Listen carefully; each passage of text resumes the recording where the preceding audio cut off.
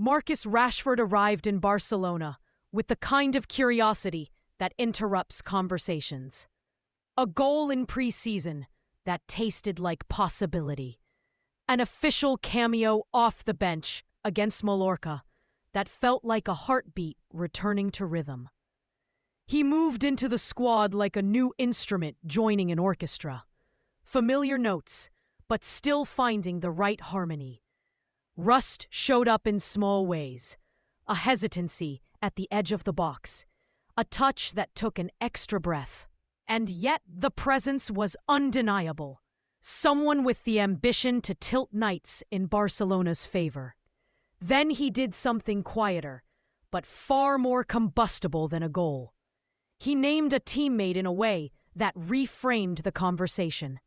In a short, candid exchange, Rashford didn't praise the flashiest names or the players whose faces fill highlight reels. He pointed to Frenkie. And in doing so, he put a spotlight on the invisible work that often writes results without earning the press pages. What does underrated mean here? It's not an insult. It's a recognition of the mechanics players perform when cameras aren't watching. The obsessive scanning. The patient passing that opens lanes in silence. The equilibrium that prevents chaos. Frenkie's value creeps into a game like a tide. It steadies, connects, and leaves opponents stranded mid-transition. Rashford's endorsement is a subtler kind of headline. It asks viewers to look again, to appreciate the architecture behind spectacular moments. But Rashford didn't stop at tactical praise. With a grin, he named Lamine Yamal the most talented teammate. A teenage prodigy whose first touches feel like short stories and whose confidence seems to arrive with sunrise. That duality, crediting the steady engine and spotlighting the raw genius, sketches a picture of a Barcelona that is both balanced and brimming with potential. The interview's lighter details cut through the analysis. Gavi as the squad's comedian, the one who loosens up the dressing room with a joke. And Koundé quietly leading the style game, the best dressed at training. Small revelations that humanize stars and make the locker room feel lived in. But beyond gossip, there's a bigger frame. Hansi Flick's project. A manager who trusts structure can coax a player back into peak form. A coach who prizes collective function turns individual sparks into sustained light.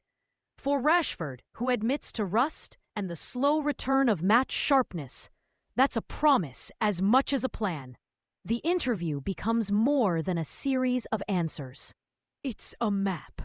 It tells fans where to focus their attention next season, not only on goals and assists, but on the invisible movements and young flashes that may decide the biggest nights.